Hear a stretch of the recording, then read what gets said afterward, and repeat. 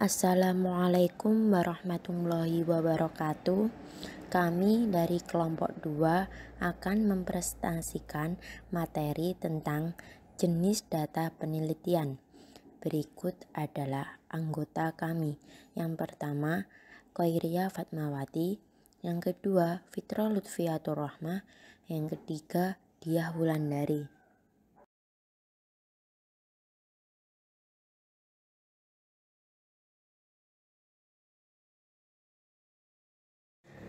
Materi yang pertama yaitu definisi data penelitian.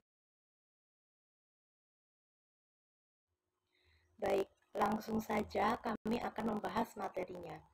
Namun sebelumnya kita pahami dulu apa itu definisi dari data penelitian. Data adalah sekumpulan datum. Data dalam bentuk jamak, sedangkan datum dalam bentuk tunggal, yang berisi fakta-fakta serta gambaran suatu fenomena yang dikumpulkan, dirangkum, dianalisis, dan selanjutnya diinterpretasikan baik dalam bentuk angka maupun dalam bentuk kategori seperti baik, tinggi, dan sebagainya. Berikut adalah pengertian data dari beberapa ahli. Yang pertama, menurut Webster New World Dictionary, data is the known or assumed, yang berarti bahwa data itu sesuatu yang diketahui, yang berarti telah terjadi dan merupakan fakta atau bukti. Kemudian yang kedua, menurut Pandit, data adalah hasil observasi langsung terhadap suatu kejadian yang merupakan perlambangan yang mewakili objek atau konsep dalam dunia nyata. Nah, dari pemaparan di atas dapat disimpulkan bahwa data penelitian adalah segala fakta dan angka yang dapat dijadikan sebagai bahan untuk menyusun suatu informasi.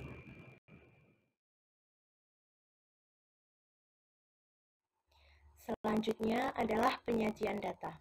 Penyajian data merupakan salah satu kegiatan dalam pembuatan laporan hasil penelitian yang telah dilakukan agar dapat dipahami dan dianalisis sesuai dengan tujuan yang diinginkan, seperti memberi gambaran yang sistematis tentang peristiwa-peristiwa yang merupakan hasil penelitian atau observasi, meringkas atau rekapitulasi data, baik data kualitatif maupun data kuantitatif, agar data lebih cepat ditangkap dan dimengerti, memudahkan dalam membuat analisis data, dan yang terakhir adalah membuat proses kesimpulan dan pengambilan keputusan lebih cepat dan juga tepat.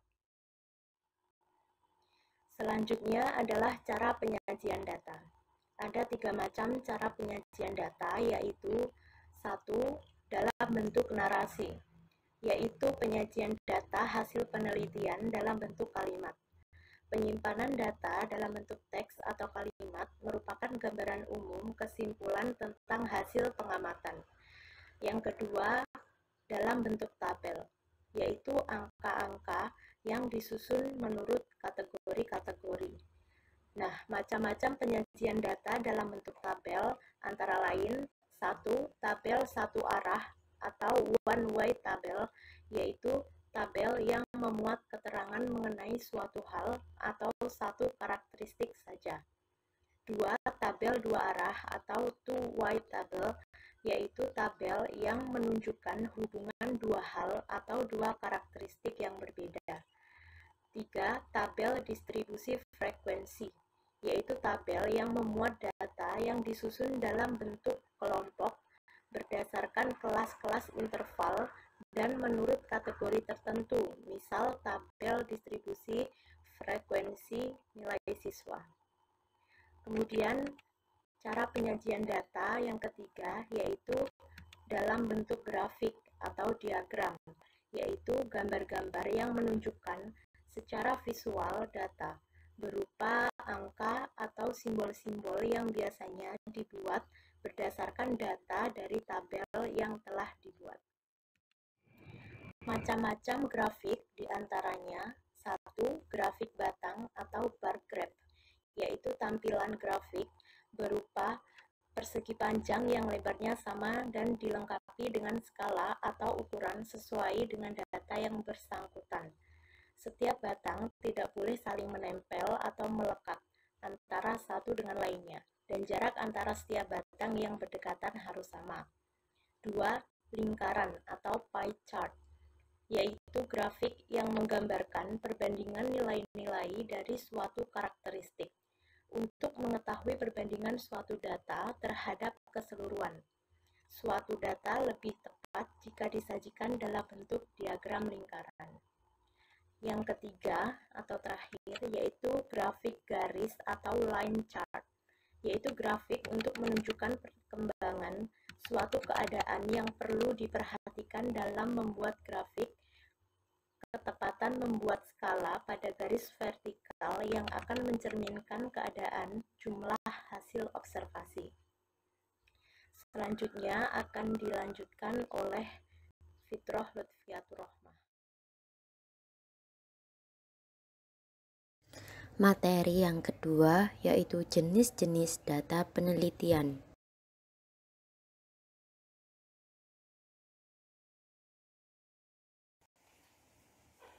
Lanjut saja, di sini saya akan menjelaskan beberapa macam jenis data penelitian. Jenis data penelitian terdapat 6 macam. Yang pertama, data berdasarkan jenisnya. Yang kedua, data menurut cara memperolehnya. Yang ketiga, data berdasarkan sumber data. Yang keempat, data berdasarkan sifat data. Yang kelima, data berdasarkan bentuk angkanya. Yang keenam, data berdasarkan waktu pengumpulannya.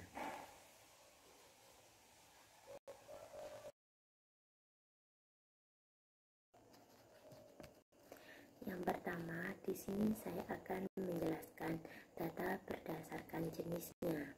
Data berdasarkan jenisnya dibagi menjadi dua, yaitu data kualitatif dan data kuantitatif.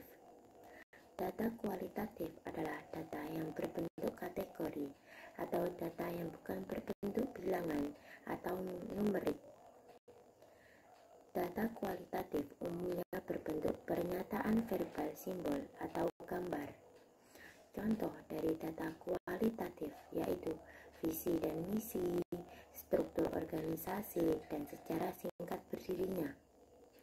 Yang kedua yaitu data kuantitatif. Data kuantitatif adalah data yang berbentuk numerik atau bilangan. Data kuantitatif umumnya berupa bilangan. Contoh dari data kuantitatif yaitu jumlah guru, jumlah siswa, jumlah sarana dan prasarana, dan jumlah karyawan.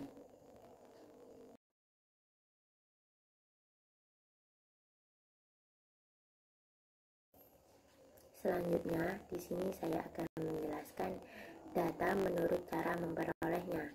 Data menurut cara memperolehnya dibagi menjadi dua. Yang pertama yaitu data primer, yang kedua adalah data sekunder. Data primer adalah data yang dibuat oleh peneliti untuk maksud khusus menyelesaikan permasalahan yang sedang ditanganinya. Data ini dikumpulkan sendiri oleh peneliti langsung dari sumber pertama atau tempat objek penelitian. Contoh dari data primer adalah Kabupaten Tulungagung memiliki produksi jagung hingga 25 ton per tahunnya. Yang kedua yaitu data sekunder. Data sekunder adalah data yang telah dikumpulkan untuk maksud selain menyelesaikan masalah yang sedang dihadapi. Data ini ditemukan dengan cepat. Dalam penelitian ini, yang menjadi sumber data adalah literatur, artikel, jurnal, serta situs dari internet yang berkenaan dengan penelitian yang dilakukan. Contoh dari data ini yaitu menurut data UNESCO pada tahun 2015, Indonesia hanya mencapai 10% jumlah pengusaha dari keseluruhan penduduk.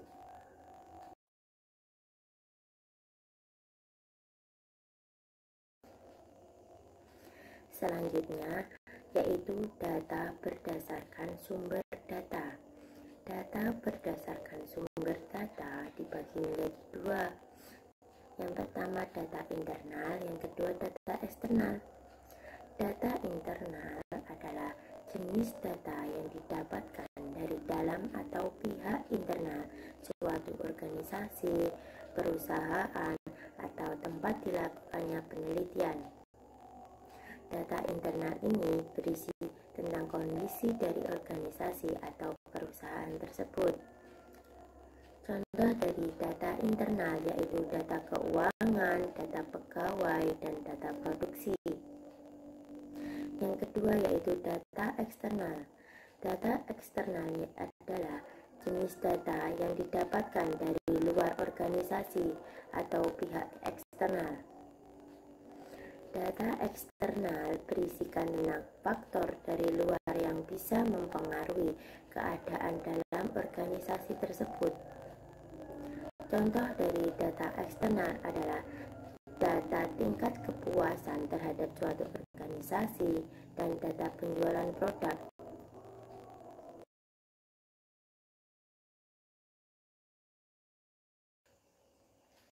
Di sini saya akan menjelaskan data berdasarkan sifat data. Data berdasarkan sifat data dibagi menjadi dua, yaitu data diskrit dan data kontinu. Yang pertama yaitu data diskrit adalah variabel yang berupa data pengkategorian atau membedakan atau mengelompokkan jenis tertentu.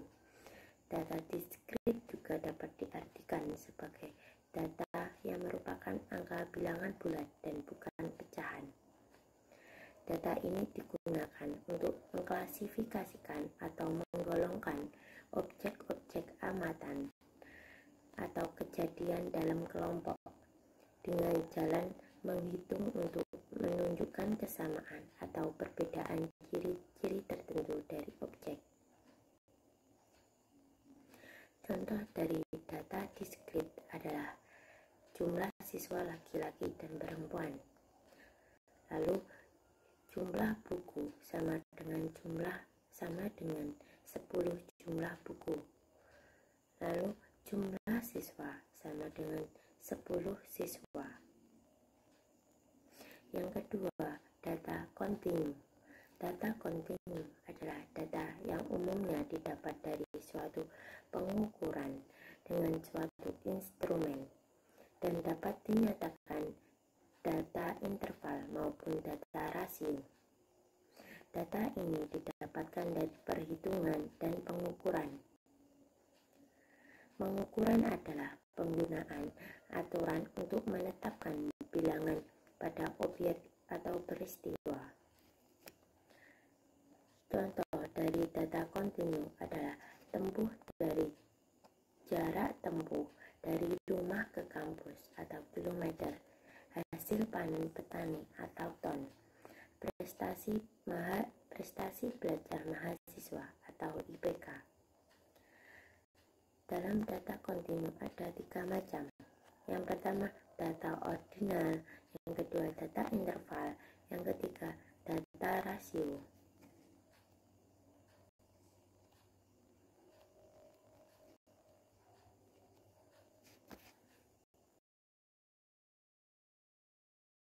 Data berdasarkan bentuk angka dibagi menjadi dua, yaitu data tunggal dan data kelompok. Data tunggal yaitu data yang angkanya berdiri sendiri atau data yang tidak tergantung terhadap data lainnya. Sedangkan data kelompok yaitu data yang terdiri dari sekelompok angka yang saling melengkapi.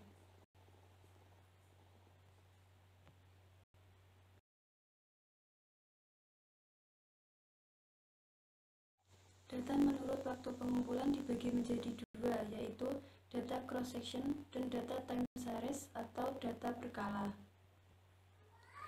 Data cross-sectional adalah suatu penelitian untuk mempelajari dinamika korelasi antara faktor-faktor resiko dengan efek, dengan cara pendekatan observasi atau pengumpulan data sekaligus pada suatu saat.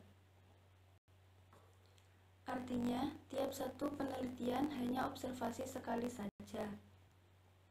dan pengukuran dilakukan terhadap status karakter atau variabel subjek pada saat pemeriksaan. Sedangkan data time series adalah data yang dikumpulkan dari waktu ke waktu atau periode secara historis untuk mengetahui atau menggambarkan perkembangan materi yang ketiga yaitu teknik pengumpulan data.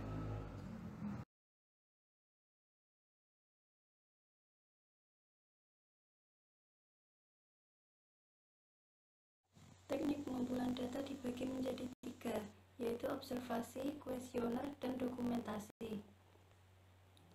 Observasi merupakan teknik pengumpulan data yang dilakukan dengan cara mengamati secara sistematik gejala-gejala yang diselidiki.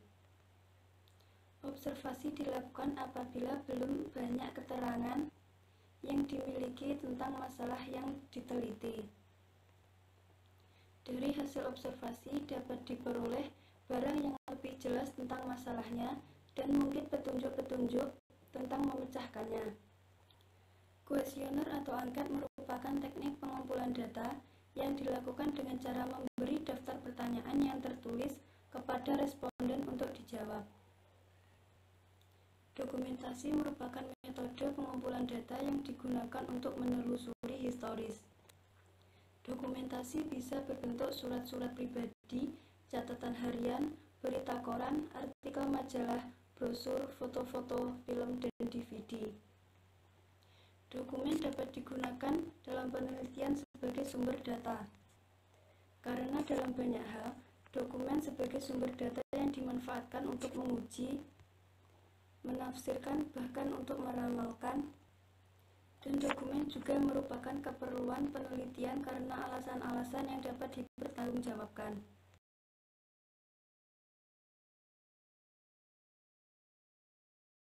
Contoh analisis data penelitian menurut waktu pengumpulannya, yaitu data time series. Dalam data analisis keuangan, analisis terhadap data historis diperlukan untuk melihat tren-tren yang timbul. Kemudian kita bisa menganalisis apa yang terjadi di balik tren-tren angka tersebut. Teknik ini menggunakan angka indeks. Bisa juga angka-angka yang ada dalam laporan keuangan disusun dan disajikan dalam rentang waktu yang berseri, misalnya 5 atau 10 tahun.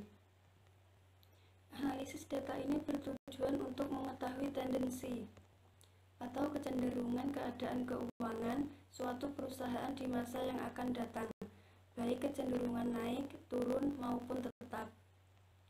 Teknik analisa ini biasanya digunakan untuk menganalisa laporan keuangan yang meliputi minimal 3 periode atau lebih. Analisis ini bermanfaat untuk menilai situasi tren perusahaan yang telah lalu, serta dapat memprediksi tren perusahaan di masa yang akan datang berdasarkan garis tren yang sudah terjadi.